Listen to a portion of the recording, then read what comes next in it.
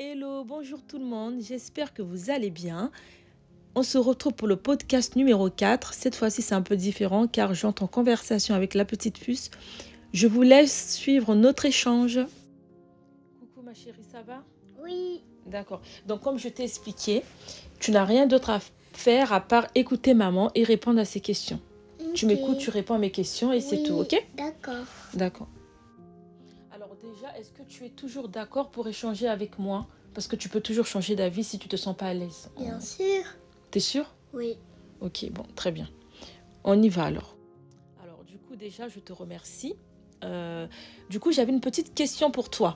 Il y a très longtemps, j'avais l'impression que tu me faisais comprendre parfois que un jour, tu m'avais carrément sorti. De toute façon, maman, j'ai l'impression que toi, tu détestes mon papa. Je t'avais expliqué un petit peu que non, c'était pas dans ce sens, mais après, tu étais un peu plus petite aussi avec le temps. Et j'ai l'impression qu'avec le temps, avec tous, on a vécu notre vie.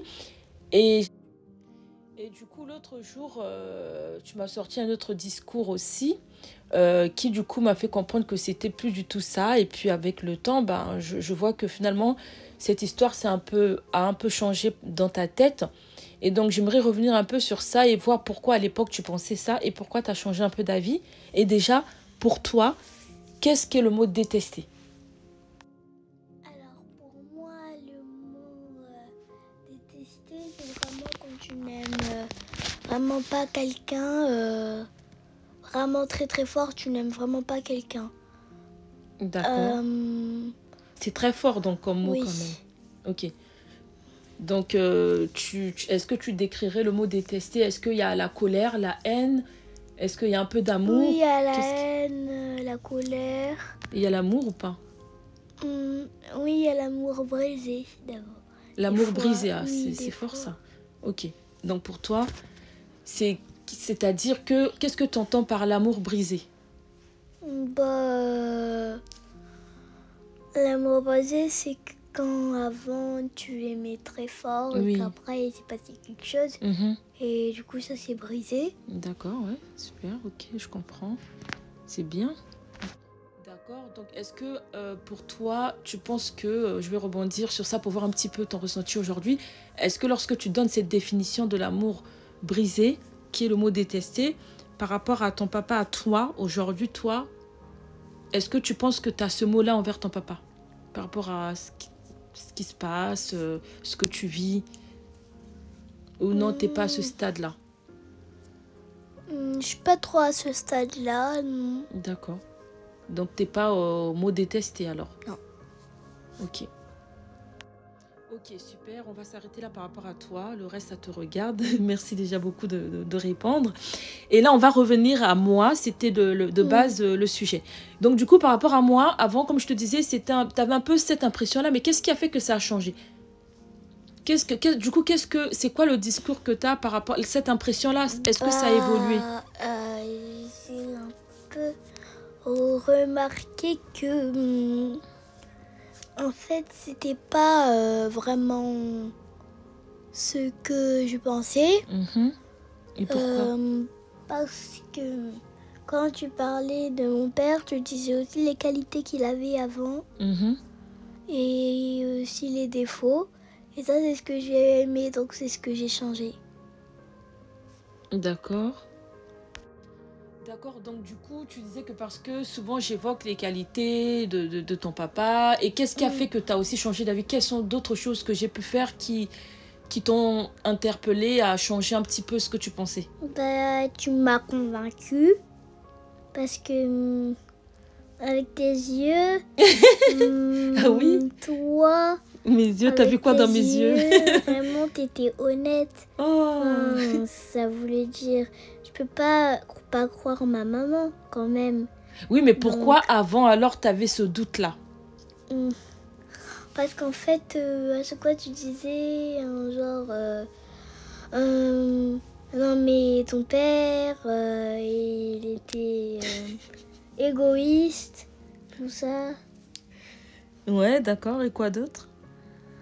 Et en gros, je vais t'aider un petit peu. En gros, tu sentais que j'avais un peu plus d'électricité. Oui, Tu trouves comment je parlais, c'est différent aujourd'hui, c'est ça? Comment tu peux décrire ça? Alors tout à l'heure, tu as dit qu'avant, j'employais le mot égoïste.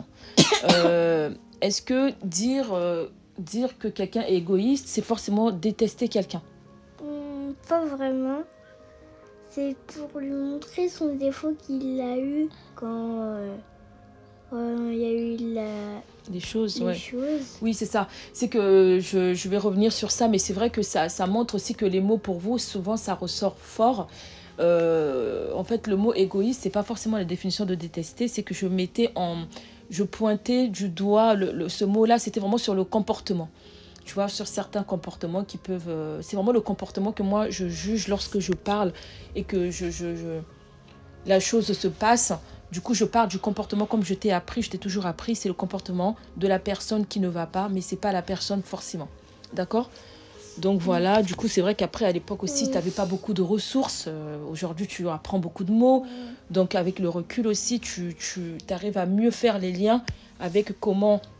les mots que peut-être à l'époque te semblaient très forts, aujourd'hui peut-être que c'est différent, tu le ressens moins fort. Parce que aussi peut-être que moi aussi je le dis d'une autre façon, avec une autre énergie. Je pense que c'est ça aussi ce qui a fait que tu as peut-être changé d'avis, je ne sais pas si tu es d'accord avec ça. Est-ce que tu trouves que je parle de la même façon de papa avant, il y a quelques années, par rapport à maintenant? Tu vois une différence ou pas? Oui. C'est quoi la différence?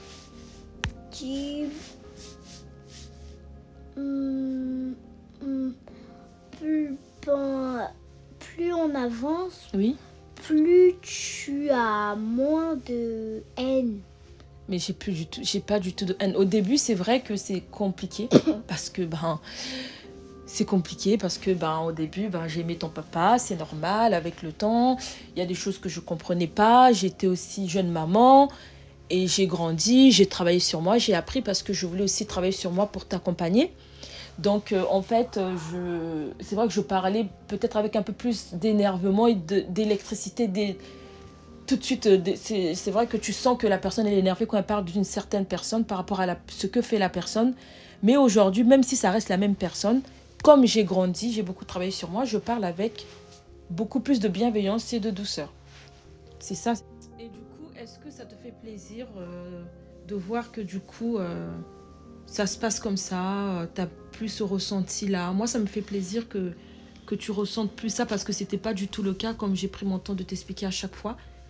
Et en grandissant, du coup, c'est plus clair. Mais est-ce que toi, du coup, comment tu le vis ça? Le fait que ça soit différent. On va dire que ton impression est changée, que tu me vois un peu... tu me vois beaucoup moins énervée quand je parle de papa. Je parle beaucoup de bien de papa d'ailleurs. Je te raconte des anecdotes, on en rigole, on en parle, et c'est pas tabou. Enfin, tu peux me parler de papa quand tu veux. Et voilà, il y a pas du fait de détester. C'est juste que maintenant j'accepte mieux, je pense. Avant aussi, comme toi au début, tu as eu du mal. Maintenant, c'est un peu mieux, n'est-ce pas? Oui. D'accord. Oui? Oui. Moi aussi, je l'ai ressenti.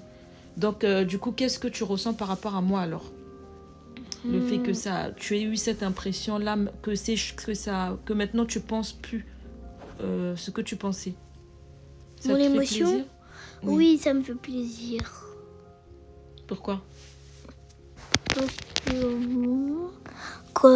que au moins, on quitte... un peu la croyance. On quitte la croyance? Oui, parce que c'était une croyance. Ah, oui, tu penses que... Oui, tu avais cette croyance-là que maman, elle détestait papa. Oui. C'est ça? Et là, maintenant, c'est quoi comme croyance?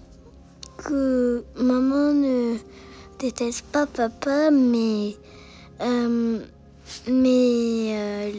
encore un peu, mais... mais ça va. Elle ne déteste pas. Ok, dans le mot aime encore, ça veut dire quoi ça? Ça veut dire... Est-ce que tu penses que papa et moi on peut se remettre encore ensemble quand tu dis aime encore, ou c'est une autre façon d'aimer que tu veux parler? C'est une autre façon d'aimer que je veux parler. D'accord. Donc, tu parles pas en amoureux. Non. Voilà, c'est-à-dire qu'il n'y a plus de haine, de colère, mais c'est bienveillant, en fait. Ça s'appelle de... On voilà. s'est pardonné, on s'est pardonné. Voilà, ouais. Ok, super. Bah ouais, voilà, c'est bien aussi que tu parles du pardon. C'est bien, en tout cas. Toi aussi, t'as fait beaucoup d'efforts. On a beaucoup évolué. Ok, bah merci beaucoup pour ton retour, ma chérie. Je vais te laisser maintenant. Merci. Merci à toi. En tout cas, moi, je m'excuse de t'avoir donné cette impression au début, il y a quelques années. C'était pas du tout le cas. C'est pas de ta faute. Oui, je sais, mais voilà, oui, mais c'est parce que aussi tu as peut-être ressenti ou aperçu quelque chose en moi à l'époque qui t'a fait penser à cette croyance-là. C'est pour ça aussi que j'apprends à être meilleure pour que du coup, ben, tu puisses aussi avoir des bonnes croyances. Donc c'est important, c'est pour ça que c'est important de... Je t'ai toujours dit de me dire les choses. Quand tu me le disais, je me disais, mais qu'est-ce qui fait que ma fille, elle pense ça alors que au fond de moi, c'était pas ça. Au début, peut-être, j'avais un peu de colère. J'avais beaucoup de colère. Vraiment, je ne vais pas mentir parce que c'est difficile pour une maman d'assister à tout ça. Voilà. Donc au début, c'était un peu compliqué pour moi. Donc je pense que c'est ça que tu as ressenti. Du coup, forcément, quand je parlais, c'était très fort. Mais j'ai aussi appris grâce à toi à changer parce que comme tu me faisais aussi des remarques, je me disais, il y a forcément quelque chose, que je dois travailler pour que du coup, bah, ça puisse travailler sur la croyance que l'enfant perçoit. Donc merci à toi en tout cas de parler, de dire les choses et ça permet aussi de grandir ensemble. Ok ? Je te remercie vraiment beaucoup. Merci d'avoir participé à mon podcast. Je ne vais pas beaucoup te solliciter, mais souvent, de temps en temps, c'est bien aussi d'en parler, de parler des choses comme ça pour voir aussi le ressenti des enfants. Voilà, du coup, le podcast touche à sa fin. Donc, ce que je retiens de cette conversation avec la petite puce, c'est que les mots qu'on dit souvent devant les enfants ou sur un coup de colère ou sur le moment, c'est très important. Ça a un impact, en fait, dans leur cerveau, c'est-à-dire que du coup, eux, ils vont baser des croyances aussi sur ce qu'ils entendent. Donc, c'est très important de vraiment faire attention par rapport à ça. Ça permet vraiment d'avoir du recul et pour la suite aussi de modifier son comportement. C'est vrai qu'après, parfois, ça sort parce qu'on est humain et que parfois on a envie de dire les choses qui sont au fond de nous. Et comme je dis souvent, moi, je lui explique toujours que c'est le comportement. Mais là où c'est intéressant d'avoir fait cette conversation-là, c'est de voir aussi que j'ai réussi du coup à inverser la croyance puisque j'ai fait énormément d'efforts dans ma façon de parler de l'autre parent. J'ai dû travailler sur moi pour accepter les choses, avoir cette voix qui est beaucoup plus douce lorsque je parle de lui, pour que de l'autre côté, l'enfant puisse percevoir qu'il n'y a aucun problème. Et du coup, ça, c'est ce qui me rend le plus fière. Et aussi, j'ai fait ce podcast. Ce qui me permet d'appuyer aussi sur ce podcast, c'est que il n'est jamais trop tard pour changer, pour faire les choses. Surtout, nous devons changer pour nos enfants. Parce que quand on voit l'apaisement que ça les apporte, rien que par nos efforts, lorsque je vois qu'au final, depuis tout ça, ma fille n'a pas forcément revu son papa, mais toute la bienveillance que j'ai pu apporter depuis tous les efforts, le fait d'enlever toute la colère, d'accepter les choses, cet apaisement que j'apporte au quotidien en parlant de son papa, en vivant notre vie tranquillement, sans haine, sans colère, ça change tout pour l'enfant. Et on a tendance à l'oublier, que parfois nos mots peuvent faire mal, notre façon de parler de l'autre parent peut blesser les enfants et aussi ça crée des croyances. Et moi, c'est pas moi qui ai utilisé le mot croyance, c'est l'enfant. Comme vous avez pu l'entendre, elle a vraiment évoqué que du coup, elle a commencé à avoir cette croyance qui est de se dire « ma mère déteste vraiment mon père ». Mais avec le temps, elle a fini par se dire « non, en fait, c'est pas ça, c'est pas du tout le cas ». Mais pourquoi? Parce que de l'autre côté aussi, elle a pu percevoir, comme elle disait dans mes yeux, ça m'a trop touchée, que j'étais sincère. C'est vrai que j'ai fait un changement vraiment sincère. Et c'est grâce à elle aussi. Donc vraiment, il faut se remettre en question. Et plus on va être bienveillant, plus on va accepter les choses, plus l'enfant va mieux se sentir. Et on travaille du coup sur la base de l'enfant. C'est l'enfant qu'on est en train de construire qui va bénéficier de notre effort. On s'en fiche de l'autre parent, que peu importe ce qu'il peut penser, c'est nous. Quelle image on renvoie par rapport à nous et quelle relation on veut que notre enfant retienne. Donc on fait attention aux mots, on évite d'être électrique, même si parfois c'est difficile, mais on pense du coup à la bienveillance pour que l'enfant puisse s'apaiser et se dire qu'elle elle base ses croyances sur des bonnes bases, quoi, qui est l'amour, l'acceptation et la bienveillance. Donc j'espère que ce podcast vous aura plu sur la petite conversation. Abonnez-vous pour la suite et je vous dis à bientôt.